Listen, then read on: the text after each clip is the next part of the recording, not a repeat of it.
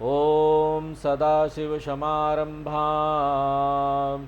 शङ्कराचार्यमध्यमाम् अस्मदाचार्यपर्यन्तां वन्दे गुरुपरम्पराम्।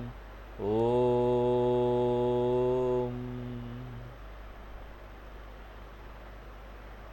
मंगलाचरण पढ़ेंगे। सच्चिदानन्दरूपाय विश्वोत्पत्त्यादिहेतवे सच्चिदानन्दरूपाय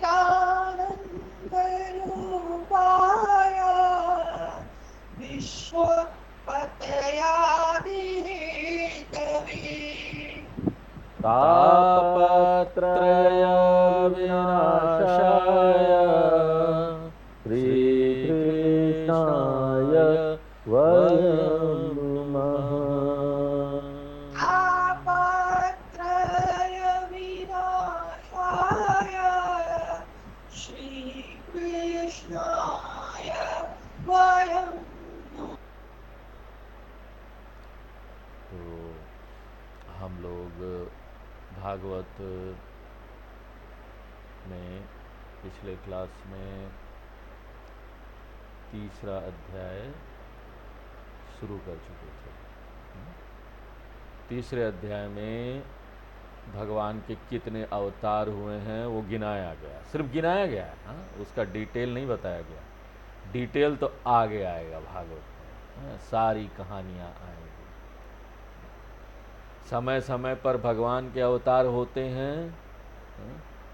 यहाँ पर। और अवतारवाद का जो सिद्धांत है ना, वो हिंदू धर्म में विलक्षण है, किसी और धर्म में आपको मिलेगा ही नहीं। कि जब जब धर्म की हानि होती है और अधर्म बढ़ जाता है, और यहाँ पर धर्म के विनाश, धर्म का उत्थान के लिए अधर्म के विनाश के लिए भगवान आते हैं नीचे उतर कर। तो यहाँ पर हमको कथा में भगवान के अवतार मिलने वाले हैं। इन सब की कथा आगे आने वाली है। सबसे पहले भगवान की नाभि से कमल निकलता है, उसमें से ब्रह्मा जी निकलते हैं, यह ब्रह्मा जी का अवतार है। उसके बाद वराह अवतार है, वराह यानी सुअर, तो वराह अवतार भी हुआ। नारद जी देवर्षि है, वे भी भगवान के अवतार है। नर नारायण ऋषि, ये भी अवतार है। कपिल मुनि, दत्तात्रेय, यज्ञ भगवान, उरुक्रम, राजा पृथु, मत्स्य, कच्छप, धनवंतरी, मोहिनी, नृसिंह, वामन, व्यास भगवान, श्री राम, बलराम जी और श्री कृष्ण, ये सब अवतार है। 24 अवतार भगवान के। और उसमें कहते हैं कि आगे बुद्धावतार होने वाला है। अब सूत जी ने यह बात उस समय बताई थी कि बुद्धावतार होने वाला है, लेकिन देखो अब तो बुद्धावतार हो चुका है। आगे कलयुग की समाप्ति के समय कल्कि अवतार होने वाला है। अभी हम कलयुग में हैं, और जब कलयुग बहुत भयानक हो जाएगा तब कल्कि अवतार होगा। उसके लिए अभी बहुत लाखों वर्ष शेष है, इसलिए चिंता मत कीजिए। ऐसा वर्णन आता है कि घोड़े के ऊपर बैठकर हाथ में तलवार लेकर आएंगे। अभी डरने की जरूरत नहीं है, अभी कुछ ऐसा नहीं होने वाला है, कम से कम हमारे जन्म तक तो अभी ये नहीं होगा। तो इस प्रकार कुछ अवतार गिनाए गए हैं। इसके अलावा और भी बहुत से अवतार है, ऋषभ देव आदि के। कला सर्वे हरे रेव सप्रज्ञापतयस्तथा एते चांस कला पुंसः कृष्णस्तु भगवान स्वयं। यहाँ जो असंख्य अवतार बताए गए हैं भगवान के, क्या है? कला अवतार है। कृष्ण भगवान तो साक्षात भगवान है, पूर्ण परमात्मा। देखो भगवान की कलाएं कही जाती है ना, 1 कला, 2 कला, 5 कला, 6 कला, 8 कला, ये सब क्या है? कला। तो इसको अच्छी प्रकार से समझ लेना चाहिए। हम एक दृष्टांत से समझ सकते हैं। एक टीवी है ना, 240 वोल्ट पर चलता है। अब उसमें आप 1000 वोल्ट लगा दीजिए तो इलेक्ट्रिसिटी टीवी में लगा दीजिए, फिर क्या होगा? टीवी पूरा फट जाएगा, धुआं धुआं हो जाएगा। जल जाएगा पूरा टीवी, क्योंकि वो एक मशीन है। उस मशीन में इतना बिजली धारण करने की शक्ति ही नहीं है। और भगवान का तेज सोचो कितना अनंत है। और इसको समझाने के लिए कहा गया कि 16 यूनिट, 16 कला, 1000 वोल्ट का 1000 यूनिट, इतना बिजली। जैसे देखो हमारा शरीर है, इसमें अन्नमय कोश, ऊपर का स्थूल शरीर जो दिखाई देता है अन्नमय कोश है, तो ये बाहर का शरीर है। फिर अंदर प्राण भी है, उसको हम लोग प्राणमय कोश करते हैं। तो ये 2 कलाएं हो गई, क्या? अन्नमय कोश, प्राणमय कोश। ये 2 यूनिट के बराबर है, इतना तेज ये प्रकट करता है। शरीर, प्राण और मन भी देखो है यहाँ, मनोमय कोश, ये 3 कलाएं हो गई, 3 यूनिट। तो ये शरीर में प्राण, मन सहित विज्ञानमय कोश भी आ जाता है, 4 कलाएं। अब उसके बाद विज्ञानमय कोश के बाद आनंदमय कोश भी आ जाता है, 5 कोश हम लोगों ने देखा ना वेदांत में। तो ये मनुष्य में क्या है? 5 कोश है, 5 कलाएं प्रकट हुई है, इतना तेज प्रकट हो सकता है। जैसे जैसे हमारा मन शुद्ध होता जाता है वैसे वैसे अधिक कलाएं, 6 कलाएं, 7 कलाएं ऐसे हमारे शरीर में प्रकट हो जाए। माने भगवान का ज्यादा से ज्यादा तेज वहां प्रकट हो जाता है। मनुष्य देह में तो 7-8 कला तक ही तेज प्रकट हो सकता है, क्योंकि वो हाड़ मांस से बना हुआ शरीर है, इसमें ज्यादा तेज प्रकट नहीं हो सकता, चाहे कोई कितना भी अपने आप को शुद्ध कर ले। परमात्मा को आत्मस्वरूप से भी जान चुका हो, इस शरीर में, ये जो शरीर बना है, भगवान की सारी शक्ति या तेज प्रकट हो ही नहीं सकता। आप देखेंगे साधु लोगों में कितना ज्यादा तेज दिखाई देता है, महात्मा पुरुष लोगों में, जिनको आत्म साक्षात्कार हो गया उसमें और अधिक तेज देख सकते हैं। और देखो ये साधु संत लोग है ना, देखने में कोई सुंदर नहीं होते हैं। आप रमण महर्षि जी के देखिए फोटो, देखिए किस तरह से हैं। एक बस कपड़ा पहने हुए हैं, धोती, खाली शरीर ढका हुआ है थोड़ा सा, और देखने में भी काले काले से हैं। लेकिन देखो उनको, उनका दर्शन करने के लिए कितने लोग आते थे, कितना तेज प्रकट हो रहा था शरीर से, इतने दर्शन करने के लिए लोग आते थे। ये कलाएं प्रकट होती हैं। भगवान ने भी यहाँ पर अनेक अवतार लिए, अवतार लेकर आए हैं। मत्स्य, कूर्म, वराह आदि ये जितने अवतार हैं ना, उनमें भगवान ने अपना पूर्ण तेज प्रकट नहीं किया है। इसलिए कहते हैं ये क्या है? अंशा अवतार है, अंश प्रकट हुआ। हमारे में भी भगवान का थोड़ा सा अंश प्रकट होता है। हम भी अवतार हैं भगवान के, नहीं है? क्यों? क्योंकि हमको जबरदस्ती यहाँ आना पड़ा है।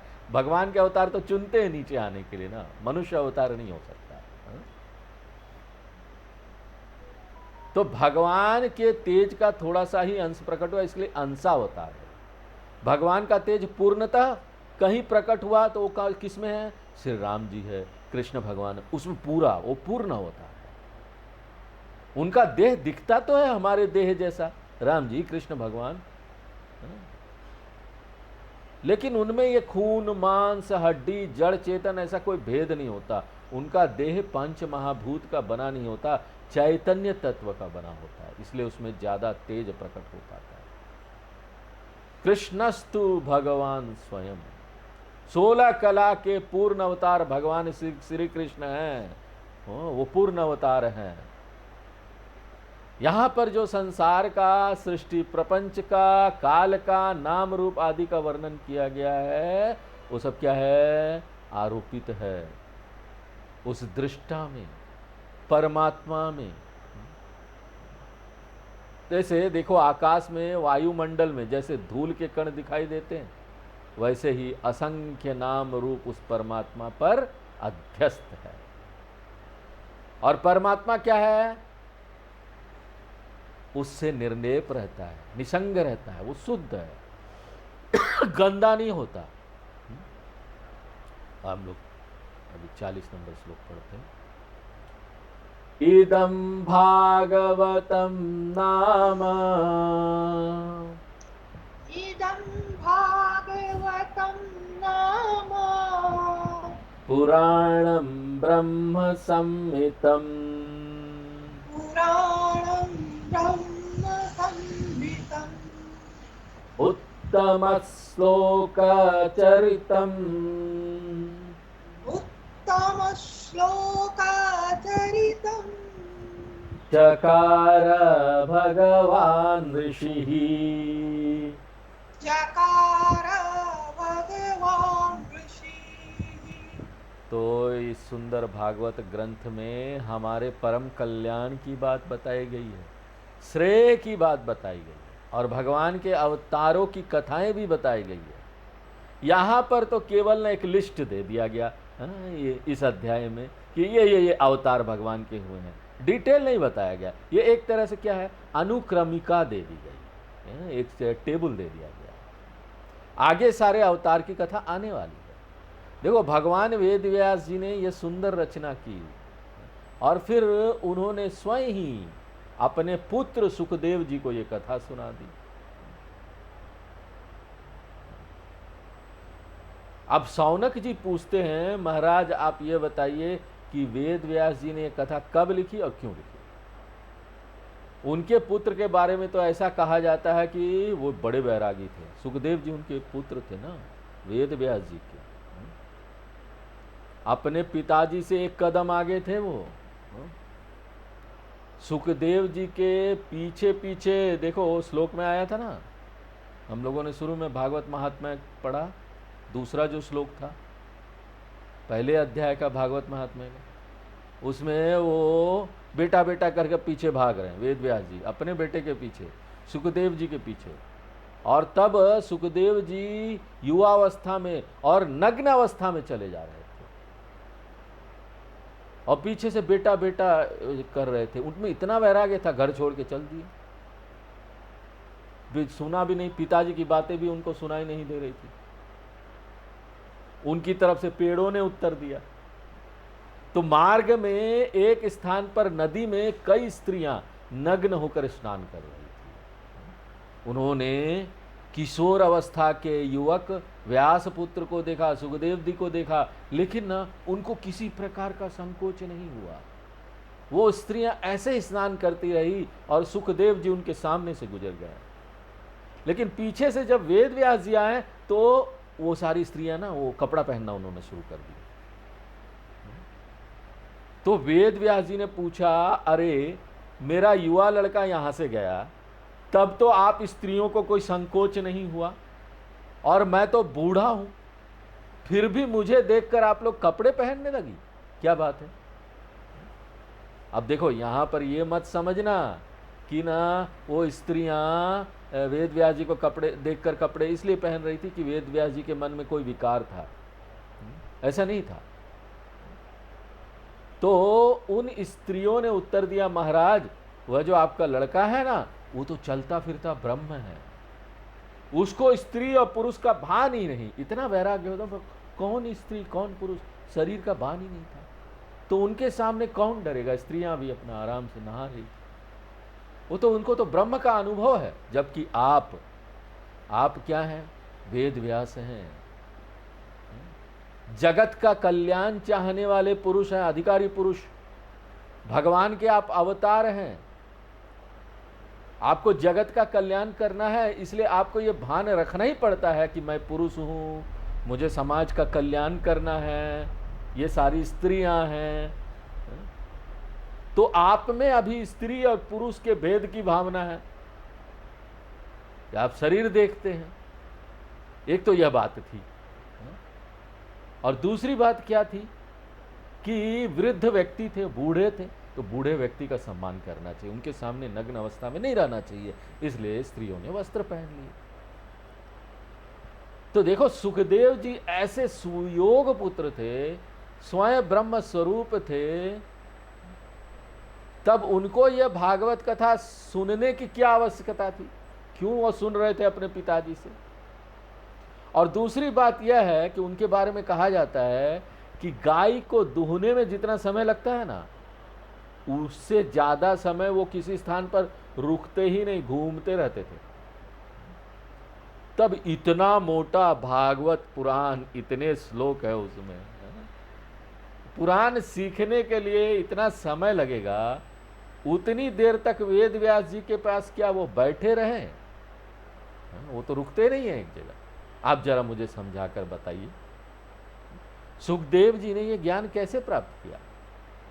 ऐसा प्रश्न जब पूछा गया तब सूत जी शौनक आदि ऋषियों को बताते हैं कि देखो, तब द्वापर युग की समाप्ति हो रही थी और कलयुग का प्रारंभ होने वाला था। भगवान वेदव्यास जी ने देखा कि समाज के लोग बहुत दुखी हो रहे हैं, उन्हें उनके कल्याण का मार्ग दिखाना चाहिए। उन्होंने चारों वेदों का संकलन किया, ब्रह्मसूत्र लिखे, 17 पुराण भी 17 नहीं 18 पुराण भी लिखे और फिर महाभारत लिखा। यही नहीं, उन्होंने अनेक शिष्यों को तैयार किया। पहले ऋषि को ऋग्वेद सिखाया, जैमिनी जी को सामवेद सिखाया, वैशंपायन जी को यजुर्वेद सिखाया और सुमंतु जी को अथर्वेद सिखाया, और सूत जी के पिता रोमहर्षण को इतिहास पुराण सिखाया। इन सबों ने जो जो सीखा उनका प्रचार करते रहे। ये लोग नहीं होते ना तो हम लोगों को वेद भी नहीं मिलता। कितने महान लोग थे। तो भगवान वेद व्यास जी केवल लेखक ही नहीं थे, वो प्रचारक भी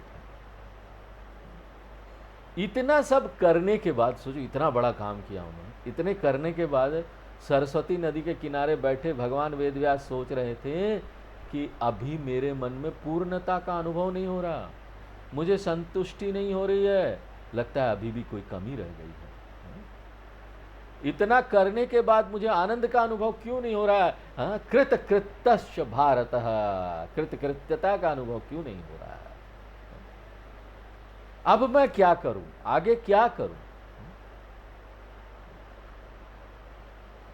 तो आगे हम लोग श्लोक पढ़ते हैं 31 नंबर। किं वा भागवता धर्मा किं वा भागवता धर्मा न प्रायेण निरूपिताः न प्रायेण निरूपिताः प्रिया परमहंसानां प्रिया परमहंसानां त एव यच्युत प्रियाः त एव यच्युत प्रियाः। मैंने तो धर्म कर्म ज्ञान आदि का बहुत सुंदर वर्णन किया है। महाभारत में इतना सारा कुछ का वर्णन है, ब्रह्मसूत्र में है, वेदों का संकलन किया, लेकिन कहीं ऐसा तो नहीं कि मैंने भगवान की कथा का पर्याप्त वर्णन नहीं किया हो। आखिर भगवान को तो वही ज्यादा प्रिय है ना, परमहंसों को भी वही प्रिय है। देखो वेद व्यास जी को लगा ना मेरे अंदर कोई कमी है, उनको फील हुआ ऐसा। कितना बड़ा काम उन्होंने किया, गीता, महाभारत, ब्रह्मसूत्र, वेदों का संकलन, एक कोई छोटा काम नहीं था। लेकिन फिर भी उनको ऐसा फील हो रहा था कि मेरे अंदर कुछ कमी है। यही तो महानता है। हम लोग तो थोड़ा सा काम करके सोच लेते वाह हम लोग बहुत बड़े हो गए, थोड़ा सा पढ़ लेते तो सोचते बड़ा बहुत पढ़ लिया, ये भी उपनिषद पढ़ लिया, वो भी गीता पढ़ लिया, अब पुराण पढ़ने का क्या जरूरत है। तो स्वयं को कृतार्थ मान बैठते हैं, अपने आप को बहुत बड़ा मान बैठते हैं। और देखो भगवान वेद व्यास जी, नमोस्तुते व्यास विशाल बुद्धे, विशाल बुद्धे, इतना सब कुछ किया और इतना सब कुछ करने के बाद भी सोचते रहे अरे कोई कमी रह गई है। देखो जब भक्तों के मन में ऐसी शंका आती है ना तो उनकी शंका का निवारण कैसे होता है? अपने आप। कैसे अपने आप होता है?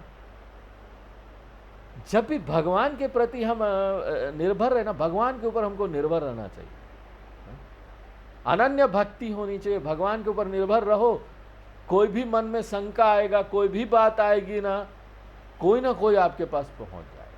नारद जी वहां पर पहुंच गए, नारद जी भगवान के अवतार हैं, जहां कहीं जरूरत होती है वो आ जाते हैं, प्रकट हो जाते हैं, तो वहां पर आ गए। व्यास भगवान उनका बड़ा स्वागत करते, पूजा करते। नारद जी उनसे पूछते, महाराज आपकी साधना तो अच्छी चल रही है, आपने तो बड़े बड़े काम कर दिए हैं। जिस ब्रह्म की जिज्ञासा करनी चाहिए, जिसको जानना चाहिए, उसे विचार पूर्वक आपने जान लिया, और आपको क्या करना है? आपने तो यहां सब जान लिया, फिर भी आप दुखी दिखाई दे रहे हैं, और ऐसा लग रहा है जैसे आप अभी कृतार्थ नहीं हुए हैं। हम लोग यहाँ पर श्लोक पढ़ते हैं, 5वें अध्याय का 4था नंबर। जिज्ञासितमधीतम च जिज्ञासितमधितं च यत्तद् ब्रह्म सनातनम् तच्च ब्रह्म सनातनम् अथापि शोचस्यात्मानम् तथापि शोचस्यात्मानम् अकृतार्थ इव प्रभो। अकृतार्थ इव प्रभु। अभी भी कृतार्थ नहीं हुए हैं, क्या बात है? आपको दुख किस बात का है? तो व्यास भगवान कहते हैं, महाराज आप बिल्कुल सही समय पर आए हैं। मैं तो यही विचार कर रहा था, आपने जो कहा ना वो सब सच है। मैंने इतना विचार किया है, इतना मैंने जान लिया, इतनी ज्ञान की बातें उसको लिख दिया, प्रचार प्रसार कर दिया, शिष्यों को भी बना लिया, शिष्यों को भी पढ़ाया, सब किया, लेकिन फिर भी मुझे संतोष नहीं हो रहा है, सेटिस्फाइड नहीं हूं मैं। अपनी समझ से तो मैंने सब कुछ कर लिया, लेकिन मुझ में क्या कमी है, आप कृपा करके बताइए महाराज जी। देखो कितनी महानता है। हमको कभी ऐसा लगता है क्या? हमको लगता है हमारे अंदर तो कोई कमी है ही नहीं, परिपूर्ण परमात्मा से बढ़कर है। कोई हमारे अंदर कोई दोष बता देता है ना, तो हम बोलेंगे तुम्हारी दृष्टि में दोष है, मेरे अंदर कोई दोष नहीं। और हो सकेगा ना तो हम उसकी जितनी भी दोष होंगे ना वो खोल के बता देंगे। अच्छा तुम मेरा एक दोष बता रहे हो, मैं तुम्हारा 10 दोष बता दूंगा। लेकिन जब इतना आत्मनिरीक्षण करके भगवान वेद व्यास जी ने समझ लिया कि अभी मुझ में कुछ कमी रह गई है, तब उन्होंने किससे पूछा? किसी से तो पूछ नहीं सकते थे, जिससे भी पूछ लो। नारद जी आ गए, उन्होंने उनसे पूछा, कहते हैं भगवान मुझ में क्या कमी रह गई है, यह बताने की कृपा करें। नारद जी ने कहा उसका सीधा कारण यही है कि आपने सारी बातें ज्ञान की तो बता दी, लेकिन भगवान का यश, भगवान की लीला का गुणगान जिस प्रकार से करना चाहिए उस प्रकार से नहीं गाया है। तो भागवत तो लिखना पड़ेगा ना आपको। जब तक भागवत नहीं लिखेंगे तब तक संतुष्टि नहीं मिलने वाली।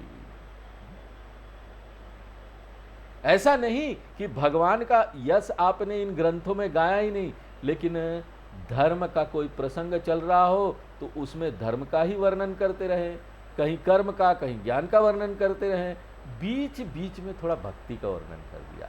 तो भागवत भक्ति ग्रंथ है। ऐसा कोई ग्रंथ आपने नहीं लिखा जो प्रारंभ से अंत तक केवल भक्ति रस से ही भरा हुआ है। इसलिए ना भागवत ना एकदम रस के साथ सुनना भी चाहिए इसकी कथा, और ना इसके श्लोकों को भी बड़े रस के साथ गा कर बोलना चाहिए। भागवत में इतना रस है, पूरी भक्ति के साथ इसमें सम्मिलित होना चाहिए। देखो इस बात को थोड़ा समझ लेना चाहिए। कभी कभी किसी को लग सकता है कि हमने इतना सारा ज्ञान प्राप्त कर लिया, कि ये काफी नहीं है। हम बताते हैं देखिए ये ज्ञान की जो समाप्ति है ना वो प्रेम में होनी चाहिए। हम देखो आपको अभी गीता में बता रहे हैं 12वें अध्याय में कि 12 स्टेप, बिना भक्ति के कोई है क्या? क्षमा कीजिए 5 स्टेप बताया। बिना भक्ति के कोई नहीं है। एक सकाम कर्म रूपी भक्ति है, एक निष्काम कर्म रूपी भक्ति है, तीसरा एक रूप उपासना भक्ति है, चौथा विश्वरूप उपासना भक्ति है, और पांचवा क्या है? ज्ञान योग भक्ति। ये सब भक्ति है। बिना भक्ति के सब बेकार है। खाली हम ज्ञान प्राप्त कर लेना शुद्ध रूप से तो वो पर्याप्त नहीं है। मैं कौन हूं, मैं कौन हूं, मैं कौन हूं, बिना भगवान को सम्मिलित किए हुए मैं कौन हूं, मैं कौन हूं, बिना भगवान के भक्ति के आप जान जाएंगे कि आप कौन है। वही ब्रह्म है, लेकिन वो सिर्फ बौद्धिक ज्ञान होगा। जब हमको ज्ञान होता है तो हमारे अंदर क्या आना चाहिए? प्रेम भर जाना चाहिए। ये पूरी दुनिया अपनी है। अब प्रेम माने क्या? केवल शुद्ध प्रेम ही होना चाहिए। ज्ञान की परिसमाप्ति प्रेम में होती है, और जिसको ज्ञान, दोनों बात है, जिसको ज्ञान नहीं होगा उसको प्रेम भी नहीं होगा। प्रेम आता जाता रहेगा। अच्छा, तुमने मेरे लिए नहीं किया तो मैं भी नहीं करूंगा, तुमको मुझसे प्यार नहीं है तो मैं भी नहीं करूंगा। ऐसा प्रेम होगा, आने जाने वाला प्रेम होगा। लेकिन एक बार जब ज्ञान हो जाता है ना, तो ज्ञान से एक बात समझ लेते हैं कि ना यहाँ पर सब लोग, कोई भी तो दूसरा नहीं है, सब अपना है, सबसे प्रेम, सब ईश्वर का रूप है, सबसे भक्ति, सब चीजों में भक्ति।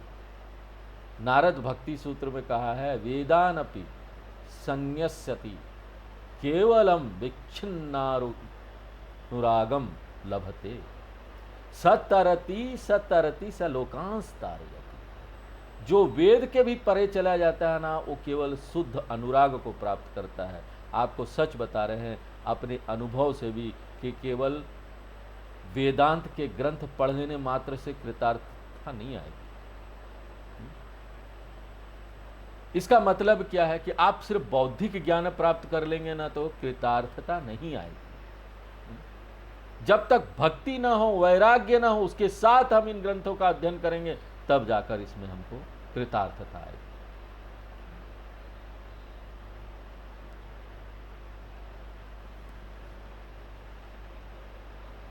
तो प्रेम में ऐसा डूब जाना चाहिए कि क्या बताएं।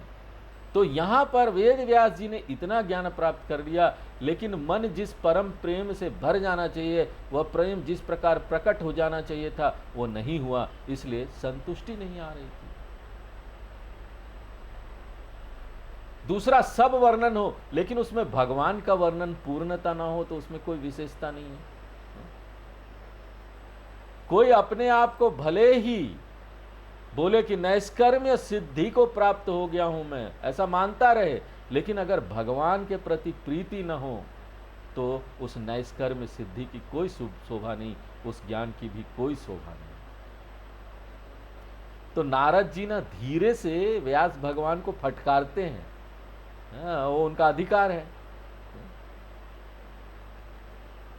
वो कहते हैं, वेद व्यास जी आपने सोचा कि लोग बहुत ज्यादा अधर्म कर रहे हैं, उनको धर्म के मार्ग पर लाने के लिए एकदम से उनसे कहा जाए कि आप सब कुछ छोड़ दो, वैराग्य वैराग्य।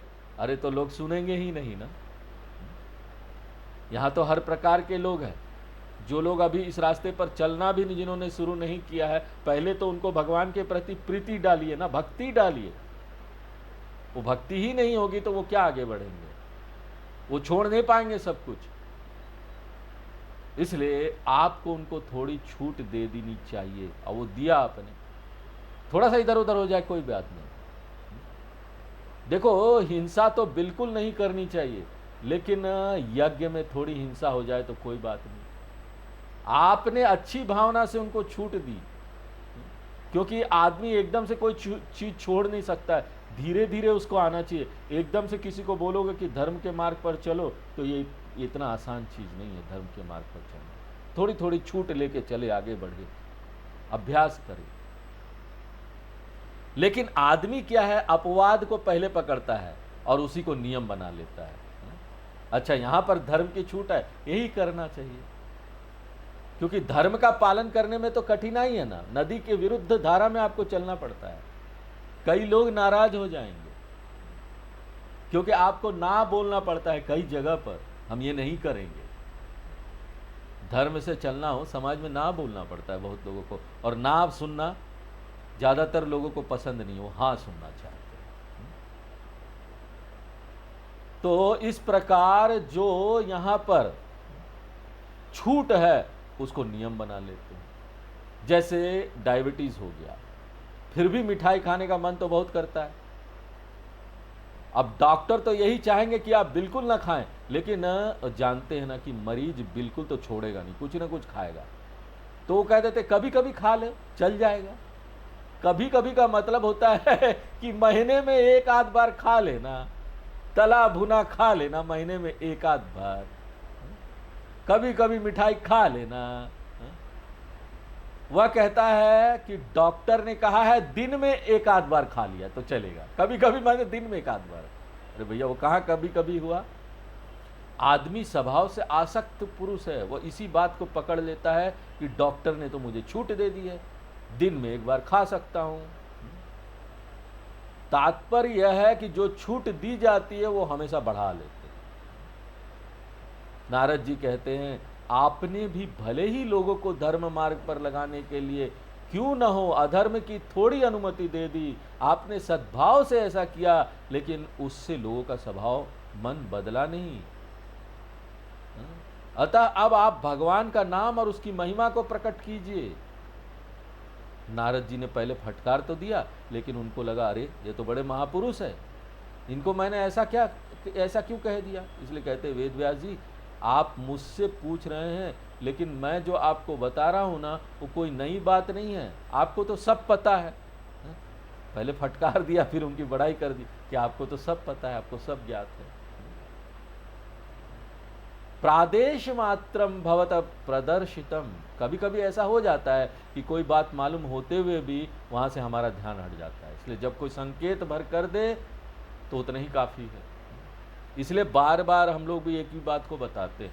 हमको पता है कि सुनने वाले को ये बात पता है, लेकिन फिर भी बार बार बताओ ना तो वही बात ट्रिगर कर जाती है। पिछली जो बात ये समझ में आई होगी वो आगे आ जाता है, वो फिर से सामने आ जाता है। इसलिए तब कोई संकेत भर कर दे तो उतना ही काफ़ी है। तो मैंने कोई उपदेश देने के लिए नहीं, संकेत करने के लिए आपको ये बात बता दी, क्योंकि आप तो खुद ही ज्ञानी हैं। तो आज हम लोग यहीं पर विराम देते हैं, आगे